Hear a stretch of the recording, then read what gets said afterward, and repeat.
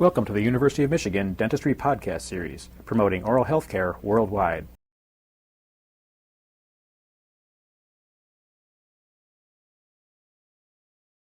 This is the way your impression will look when it comes back from the lab from silver plating. And you can see that it was blocked out in the areas where we didn't want the silver to plate. And the leads here from the wire were left on. So at this point, we're going to carefully remove the leads from this impression. And the way you have to do this, you can, if you are not careful, dislodge the plating from the impression. So if you come back and you have the leads on, you're going to want to hold that down. It's hard to show with, there we go. You can see that. I'm holding that down in place, and I'm just going to tease the silver up, and it will break off at a point of high stress, which is right close to your margin. And you can see here that we have a little excess where it broke off and we did not dislodge the plate. Be sure that you hold it down before you attempt this. And you can see I'm holding it down with my thumb again, and we'll take this off. Now if these leads are very, very large, then you may want to cut that lead with a separating disc. If your leads look more like it does on this impression, for example, we would not try to break those loose, but would rather come in with a separating disc and cut those so that we did not dislodge that silver plate from the impression. Once the leads have been removed, we take out our excess little pieces of silver here. We are ready to actually start making this working model. Now we are going to make a working model with removable dies, and in order to facilitate formation of adequate bases, we are going to use a matrix material as a former for the die base.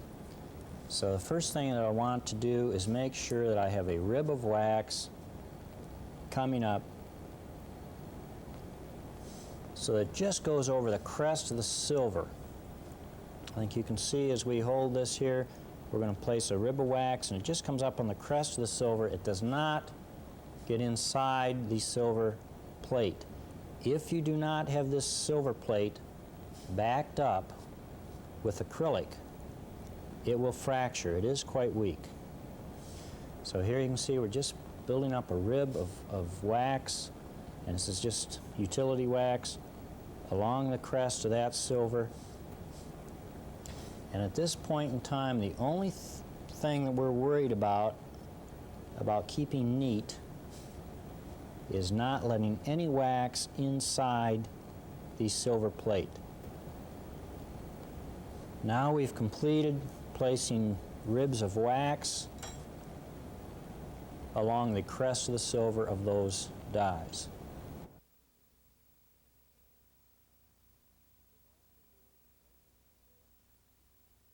We're going to use matrix material, and this is simply the 7/16 matrix material which you have in your kit.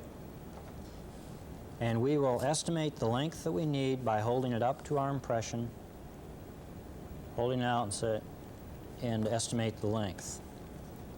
Cut that amount of length off, and then turn it and cut that in half. 7/16 is just too much height for a die base. We don't need that much. So we cut that in half, and if we have to straighten the matrix a little bit, we can just pull it through the pliers. And now we'll hold it up here and get a trial fit. And what we want to do is just cut this so that it approximately fits inside of the rubber base.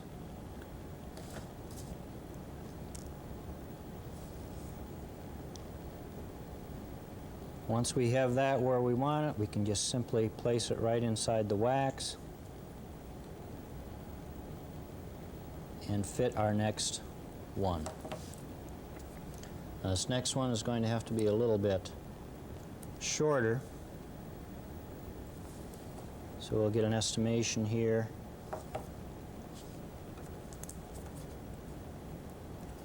Cut it off.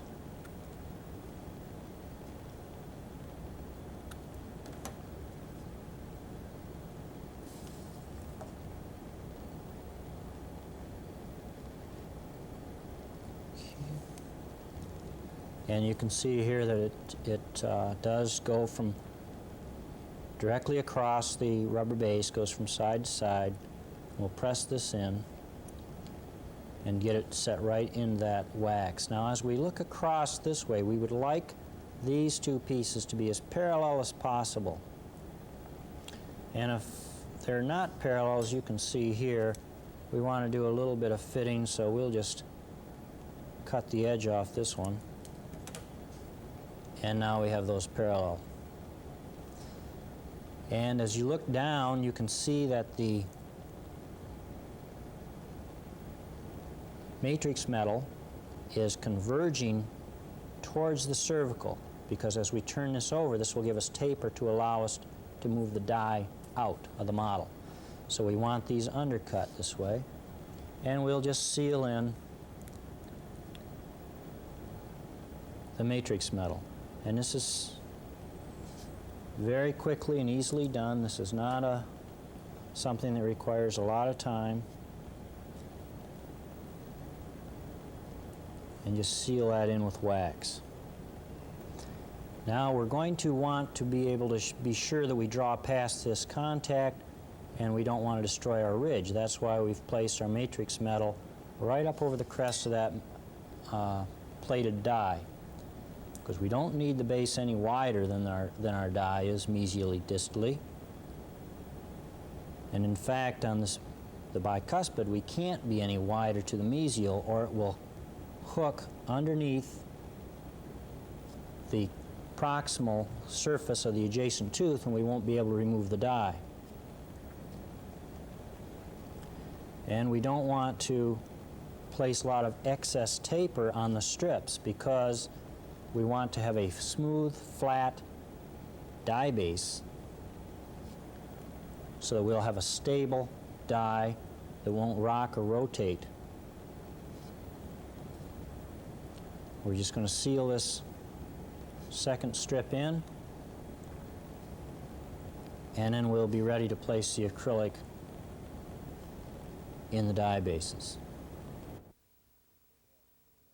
Now in your kit, you should have 2 extra empty squeeze bottles like this.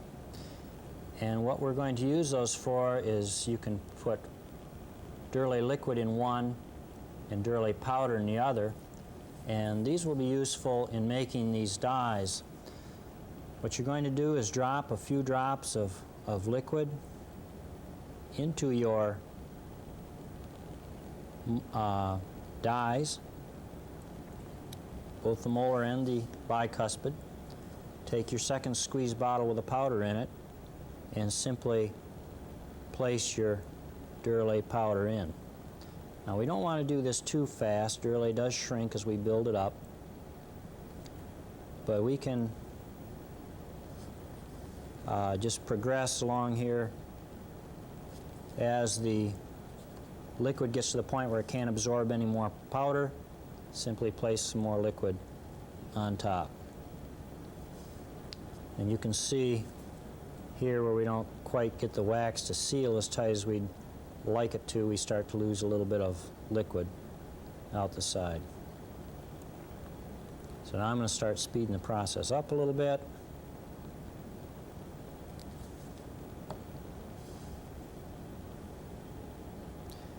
And we'll just continue this until we have these filled. And what we want to do, we want to fill these up just brim full. And the reason we want to do that is, if we do not fill them brim full, surface tension will tend to cause the die base to be curved, and we want it flat. So I'm just going to try to hold this impression in such a way that I can fill this molar base up totally, and the bicuspid also. Now what we want to do is watch and allow this acrylic to set up until it just starts losing gloss. And then it'll be stiff enough to place our die pins. And the die pins we're going to use are the Ney medium die pin. They have a flat side on one side. You can see it here. And that will help in anti-rotation. And it's always good to get into a habit of placing die pins with one convention. The one I like to use is by placing the flat always to the lingual. That way if I have a whole mess of dies lined up on a big case, I always know what way they go into the model.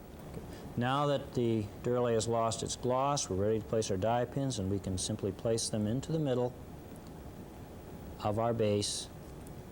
Just the knurled portion goes in. And we place each of these, and we want these to draw together, and we want them to draw so the bicuspid will come out past the contact. So the bicuspid will determine our line of draw, and we'll just adjust the molar so that it draws with it. The advantage of having your dies draw together is that if we want, for instance, to remove this in one piece, we could, but also when you're waxing, you are going to have a pontic in here that's going to be luted to the ridge. So you must be able to draw your molar past that pontic. So if we make it so that the bicuspid can draw past the contact, parallel the molar to that, we're not going to have any problems. And we'll simply let that set up.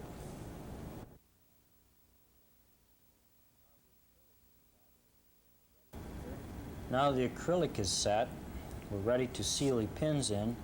Easiest way to do that is take a little liquid on the brush, touch the base of the pin, and then we'll take a little bit of powder, pick it up on the brush, and seal that pin in. Now at this time you should be sure that the total perimeter around the base of that pin is sealed. Don't leave a little gap where stone can get in between the base and the pin.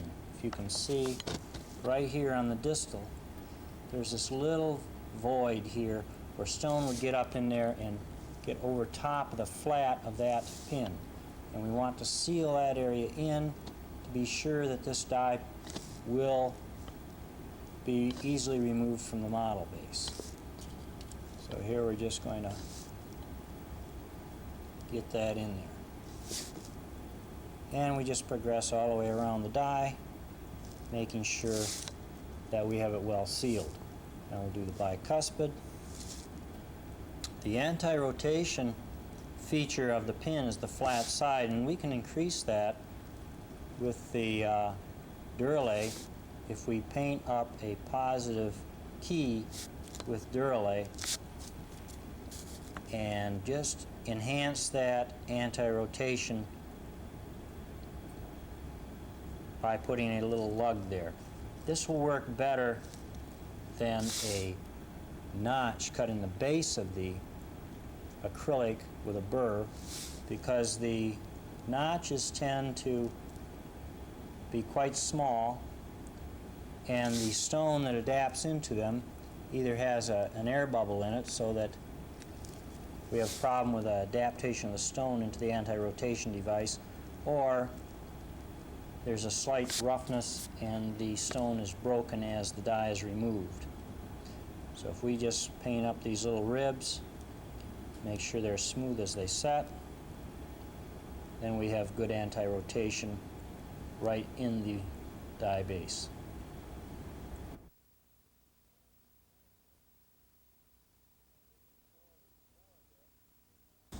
Now just before we pour this, we obviously have a problem with all the excess wax in our edentulous ridge area and in the adjacent tooth. So if we take our wax spatula and warm it up, lay it right on the matrix strip and make this one continuous surface as we go down, to the rubber base, and then we will just peel out what we don't want. And now when we pour this up, we will have a nice flat surface here, and we will have our complete representation of the edentulous ridge. The same thing is done on the bicuspid. It's always good to hold the die pins down as you do this so you don't dislodge the die from the impression. If that happens at this time, it can be a very difficult type of a problem to recover from, because it is very difficult to get that die in exactly the same position again and pour it up. And you can see that now that ridge area is clean and it is not encroached upon by the dies, and we're ready to pour that model in with that ridge area. Obviously, we have to do the same thing with the adjacent tooth. So we'll get all the excess wax out of the adjacent tooth and make a nice smooth surface up to that cervical area so that we will have an accurate representation of what was in the mouth. Now we have removed all the excess wax. You can see that the adjacent tooth is free of any wax, the edentulous area is free of wax, and the area distal to the most distal abutment is free of wax. We are now ready to pour this impression.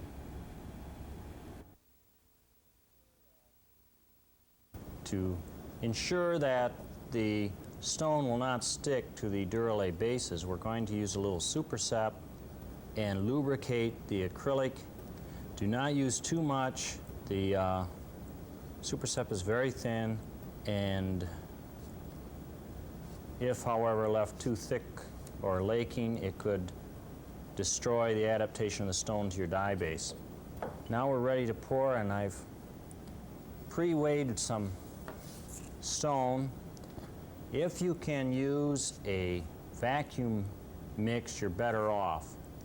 This is about 150 grams of stone, and we've pre-measured our water, and we'll mix this up and get it vibrated. I've vibrated this until all the bubbles have stopped coming out, and now we're ready to make our initial pour on the impression. We want to start in the side opposite the bridge. Just put a little bit of stone here, and this should be done slowly, and let that stone tease down each individual tooth. It'll come up over the crest of that cervical rubber and go right down into the next tooth. Now we're going to put some into the edentulous ridge area and over each die. Remember, we want a good representation of the die base in stone, so we want to do this on the vibrator. And hand vibrate in place. And what we want to do is come right around and build up around these pins so we have good adaptation of stone around the pin, and build up some stone height on the other side. Now, to make your second pour easier, it's a good idea to have the height of the stone on each side here during this initial pour the same height. And to make the second pour adhere well, we're going to put some retention mounds of stone on this first pour.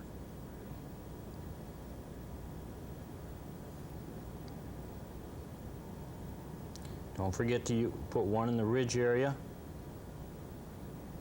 and behind the most distal pin there. Now we can set this aside to get its initial set before the second pour. Okay.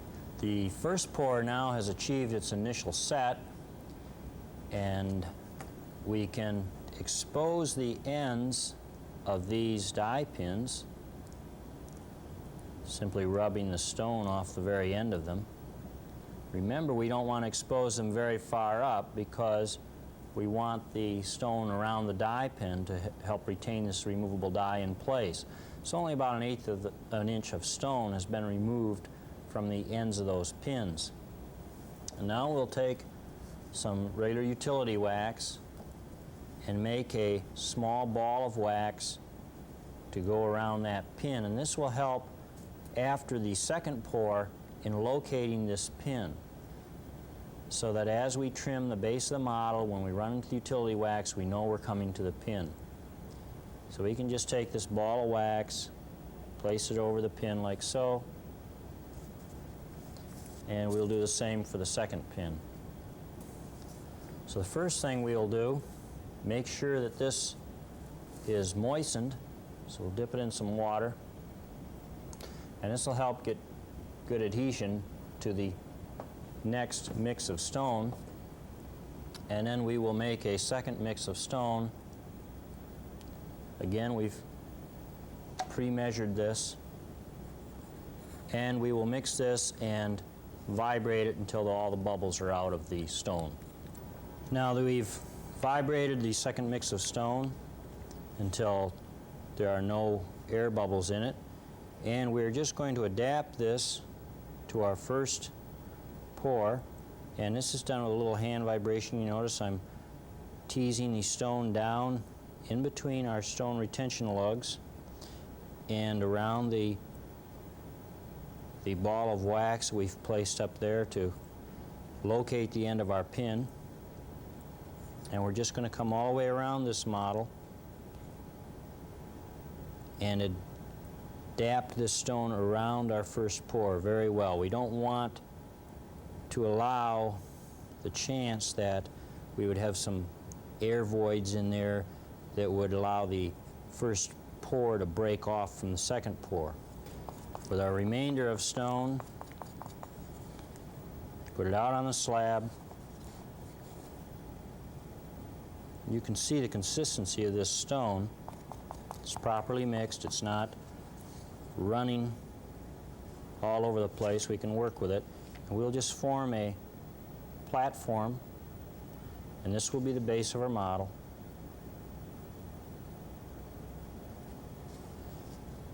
And now it's going to pay off because we made all those little stone retention lugs the same height, because when we turn this over and set it down, it'll just stay there.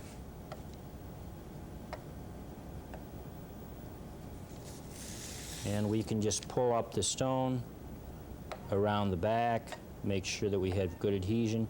You notice that we're very careful not to lock the stone around the tray in the tongue space.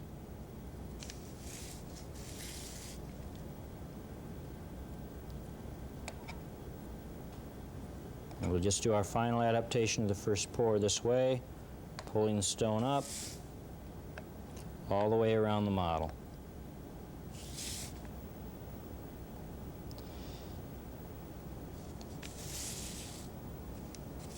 Now, as you know, wet stone is considerably weaker than dry stone, so we're going to set this aside to dry for a 24-hour period, and it should be in a fairly well-ventilated area.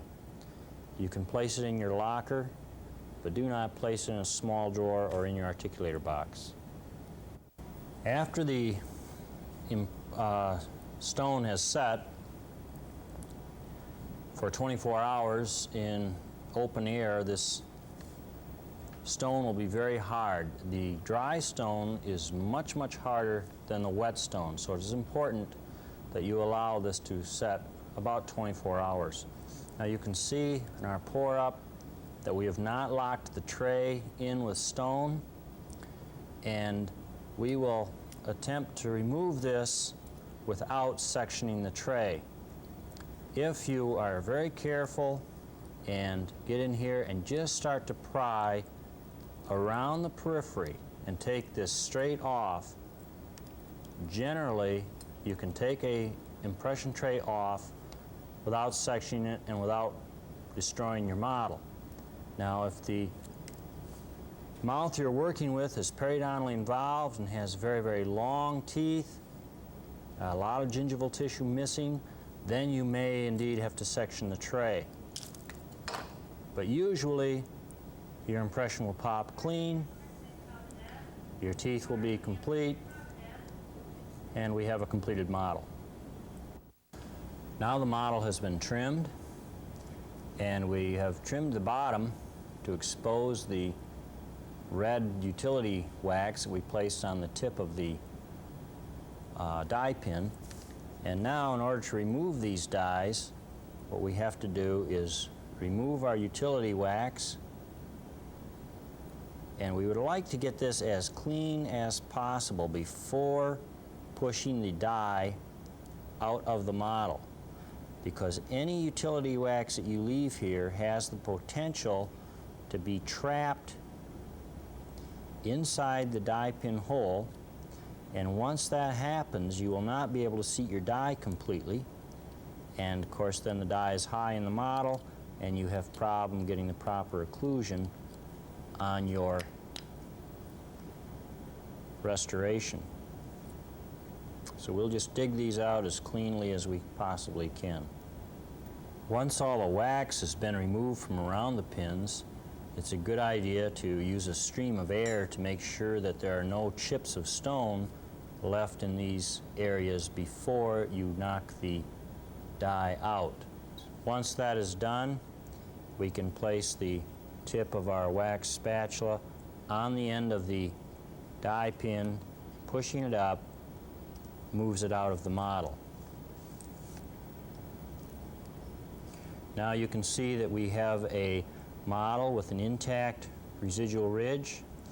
We have nice smooth stone down below the die base, and you can see the retentive areas in stone that match the retentive areas on the bottom of the die. When you get to this point, take your model, place it well away from your work area, and start cleaning up your dies.